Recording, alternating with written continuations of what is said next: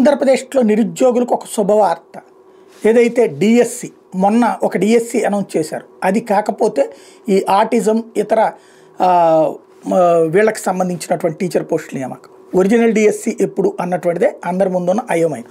అందులో రేపు June July కల్లా క్లాసులు బిగిన్ అయ్యే టైంకి కొత్త టీచర్లను పెడతామని చంద్రబాబు గారు లోకేష్ గారు హామీ ఇవ్వడం అన్నటువంటి జరిగింది. అయితే వర్గీకరణ గురించి ఇప్పటిదాకా ఆగారు. మొన్న ఏదైతే క్యాబినెట్లో వర్గీకరణ జీవో ఓకే చేసేయడం, దాన్ని గవర్నర్ ఆమోదించేసేయడం, అది గెజిట్ కూడా నోటిఫై అయిన నేపథ్యంలో ఈ నెల 20వ తారీఖుకి కానీ ఇంకొక 3 నుంచి 5 రోజులు లోపు డిఎస్సి అనౌన్స్ చేయబోతున్నారు. దాదాపు 16,500 ఉద్యోగాలకు సంబంధించి అన్నటువంటిది తెలుగుదేశం పార్టీకి అనుకూల పత్రిక అయినటువంటి అభిమాన పత్రిక అయినటువంటి ఆంధ్రజ్యోతిలో రాశారు. కాబట్టి గట్టిగా నమ్మచ్చు. తద్వారా నిరుద్యోగులు, గ్రామీణ ప్రాంత నిరుద్యోగులు ఎక్కువగా ఆశించే టీచర్ పోస్టులకు ఒక అవకాశం లభించినట్టయింది.